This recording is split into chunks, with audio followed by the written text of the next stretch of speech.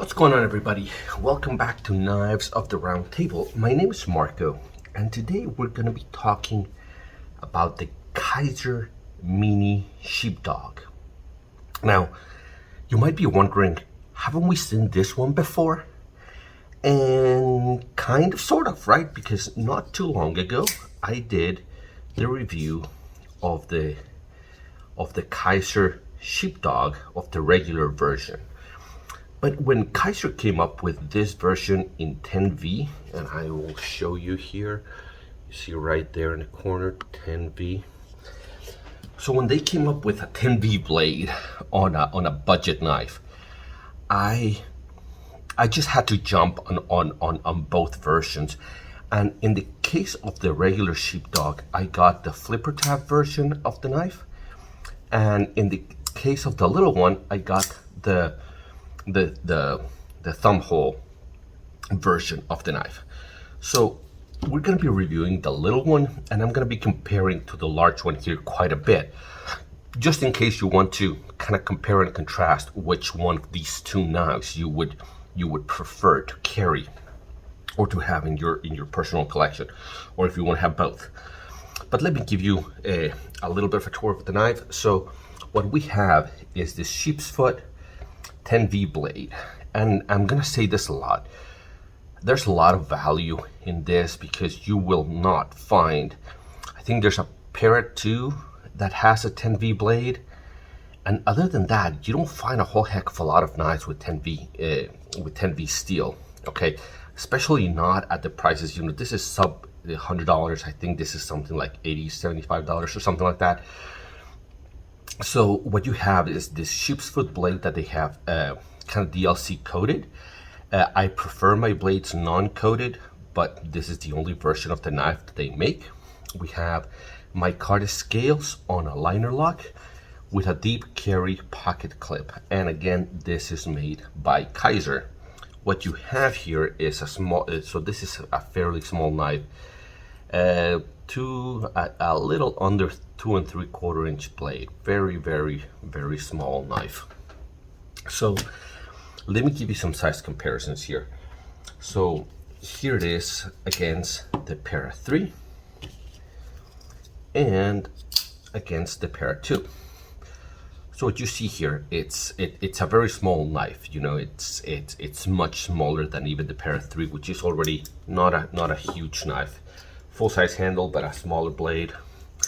Here it is against the full-size bug out, and probably the most apt comparison here is against the mini bug out. You know, but even the mini bug out has more sharpened length than the mini sheepdog. And again, let me show you the comparison against the full size. So the sheepdog,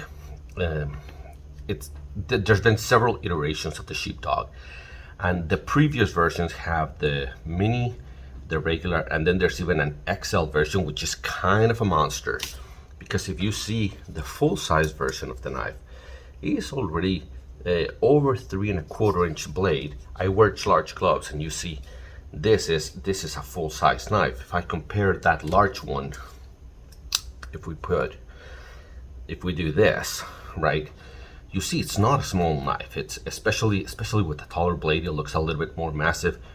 But you can imagine if you can extrapolate from this to the large one to the XL version. The XL is a monster. I do not think I will be getting the XL. But you know, so, and they make it in the flipper version and in the non-flipper with the whole version, for those of you who do not like the infamous pocket peckers, right? So let's start with our review, and let's talk ergonomics. And ergonomics, they are okay, not great.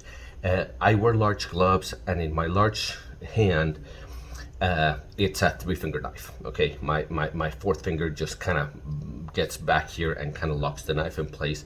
But because of that, the pocket clip, it's always in the heel of your hand right here, or in the ball of your hand, instead of being in the hollow of your hand. If I try to do just a hammer grip, the knife is too small and it kind of disappears in my hand. So ergonomics are not great. The feeling of the micarta, this is not polished micarta. This is this kind of, it feels like cloth. Okay, it's not polished, and actually you can see from what I carried it already has a little bit of kind of the wear, but so the texture is nice, and it's not like you feel like it's gonna go anywhere because of that texture, but it's the handle, it's a little bit too small. Certainly for large hands, certainly the regular size sheepdog is a better choice. Now, if you have medium to small hands, I bet that this is gonna be much better for you than it is for me. But this one in my hands, the ergonomics just do not work. Even choking up here, this flat area that you gain by removing the flipper, so that you don't get when you have the flipper, right? It's very uncomfortable to get back here. So when you remove the flipper, you gain this flat portion here that you can kind of choke up on. But my finger, as you can see, my finger is much kind of wider than that area, even going just like this. So I can kind of do a little bit of this, but not much. So it's a mini sheepdog, so it's probably meant for that. What I'm saying is, if you have large hands, this is not something that I think you're gonna enjoy. So ergonomics, I think they'll be decent for small hands. They're not great for larger hands. Now the action is, I'll show you here. It's decent. It has a good enough detent that it pops out, and it kind of wants to drop shut, but the acoustics of it sounds a little clunky. Okay, it's I can't point to a specific thing. The lockup is solid, but the feel of when you deploy it, and I'm gonna try and do it so that you can hear it here. I don't know if you can hear that, but it has kind of, it feels a little clunky. So while the detent I think is good, and I think it fires, and I think it's even a little bit drop shutty, and there's no blade play on this. I think that the acoustics of it make it feel, and even it's not as smooth when you just go like this. It doesn't feel glassy. I want to say, I don't know if it's on bearings.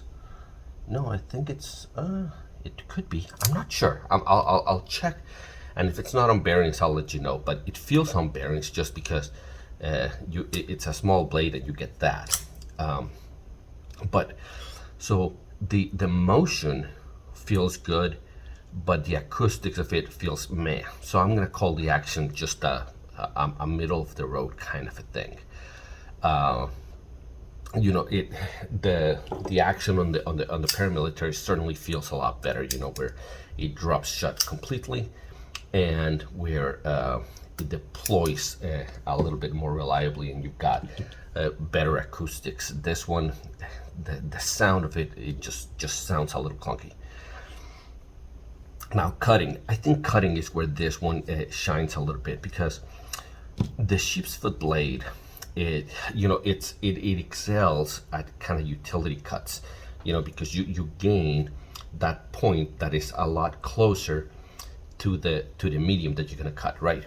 When you have a higher tip, right, you have to incline, you have to kind of tilt your hand far more forward so that you can get to a cutting of a package, right, to go into a box and go like that.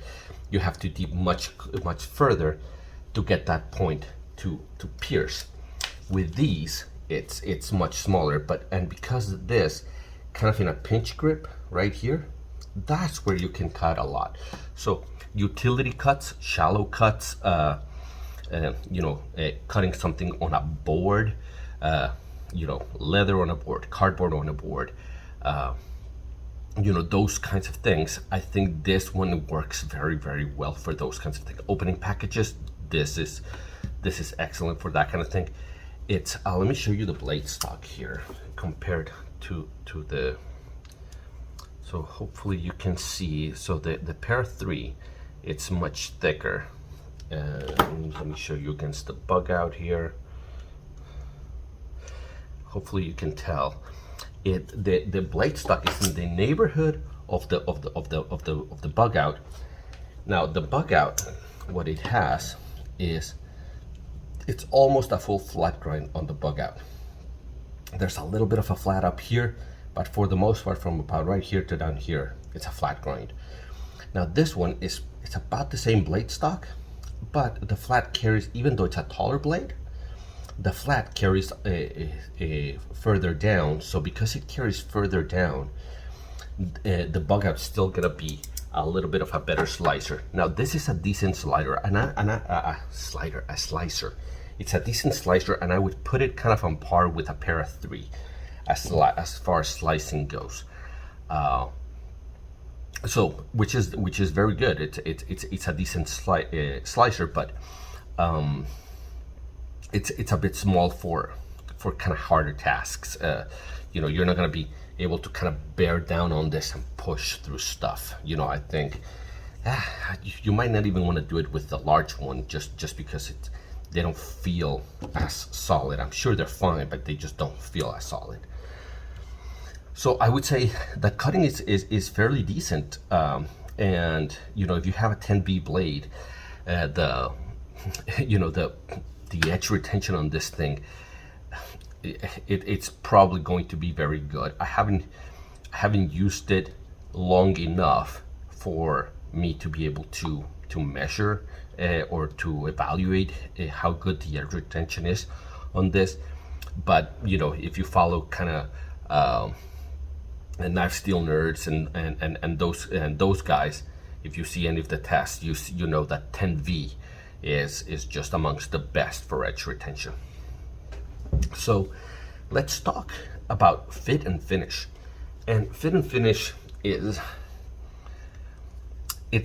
for me, sometimes it's a little bit hard to evaluate fit and finish, because you have to evaluate fit and finish at the price point that you're talking about, right? You shouldn't expect, $75 knife to have the build quality of a Chris Reeves Avenza, right? Which is a $450 knife or whatever, right?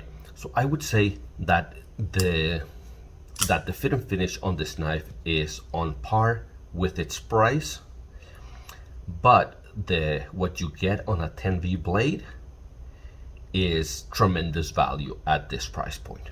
Okay, I would say that at this price point is one of the best budget knives that I can recommend. A lot of people, there's a plethora of CVVs, a plethora of Elementums, and a whole bunch of models they come up with.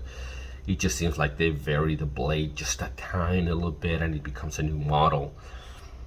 But at this price point, with a 10V blade, I would say that this is probably much better value than a lot of those knives. So it's hard to not say that the fit and finish is good if you recommend the knife. So I would say that the fit and finish is very good at this price point. Obviously, it's far from a Rick Hinder. It's far from anything more premium like a zero tolerance. But at this price point, I would say that it is outstanding fit and finish for this price. Okay, so then finally, let's airing of grievances. There's Kizer Sheepdogs in full titanium, and I wish that I've always said that my preference is for knives to feel heavier, to feel more solid, and it is especially apparent in these. I'm not saying that these are poorly made or that they're gonna break, but in my hand, it just feels like it's too light. Okay, so if you're looking for a very light knife, kind of like carbon fiber mini bug out, in that neighborhood of weight. If you're looking for something very, very, very light, this is an excellent choice. Even this one, I mean, that's a large blade, and a large blade is heavy, but then you've got these micarta scales that weigh nothing. So if you're looking for something that weighs nothing, this is an excellent choice for you. But in my hands, and I'm airing grievances here, it just feels weak. It feels, I don't know. There's quality I feel has weight, and this one has no weight, and it feels cheaper than it probably should, just because it's so lightweight. So I wish that they come up with this exact 10V blade uncoated with titanium. That would be my ideal, kind of Kizer Sheepdog and Mini Sheepdog. That's what I would say. Now, one thing that I will recommend is, I think that the version with the hole is better than the version with a flipper. Now, I prefer flippers for the deployment method, but here I think they've done the flipper very poorly. It's just huge. Look at the size of this thing. It protrudes out very far this way, and it's just this massive, let me see, let me measure it, but it's huge. Look, it's well over ½ inch in depth. So it's a huge amount of steel for no reason at all, right? So I think that the flipper, the geometry, the shape, the dimensions, even though I prefer a flipper as a deployment method, in this knife, now that I've had both, I wish that I had this size with this deployment method. I think that would be, that's a better configuration. So if I'm going to recommend something to you, I'm going to recommend that if you have large hands such as I do, or even larger, that you get the full-size version with the hole, no flipper. And if you have smaller hands, I do recommend that you get the smaller one. Again, no flipper and with the hole.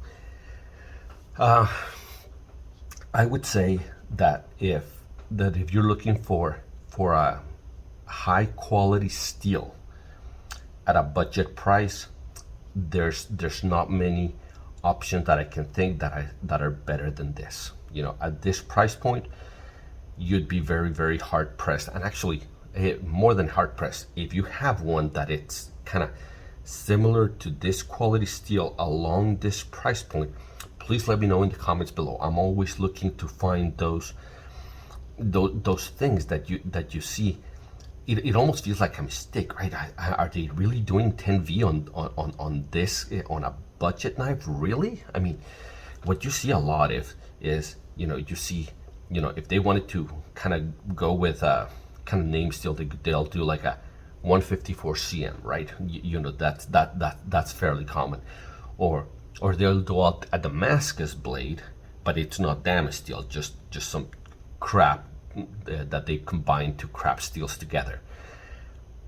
But here they did 10V, and I think they should be commended for it. Like I said, I only know of Spyderco who has done it in 10V, and not many others. And in a world that has however many knives in M390 20CV, there's and it's don't get me wrong, this is probably the best EDC steel, or amongst the best. It's outstanding, but everything has that, right? And if you're a collector and you're looking for variety, the fact that you can get a 10V steel at this price is just outstanding. Well, guys, we've talked about it. I think it has decent action, even if the acoustics are not great. I think the ergonomics are good for small hands, but not large. I think the ergonomics for large hands are better on the full-size Sheepdog. I do like the deployment hole. I think that's a better deployment method and design than the flipper on this specific knife. I think that the fact that you get a 10V blade at this price point, and I think it's a decent construction at this price point. I think they've done a good job. I think this is a knife that I can recommend. You have to be kind of looking for this, but if you are, I don't think you're gonna go wrong. This is excellent, especially for utility cuts. Well, guys, hopefully you've enjoyed it. Hopefully this has been helpful. And if it is, then like and subscribe. Don't get notified. Nobody likes to get more emails. You know where to find my content if you enjoyed it. And until I see you at the next one, take care.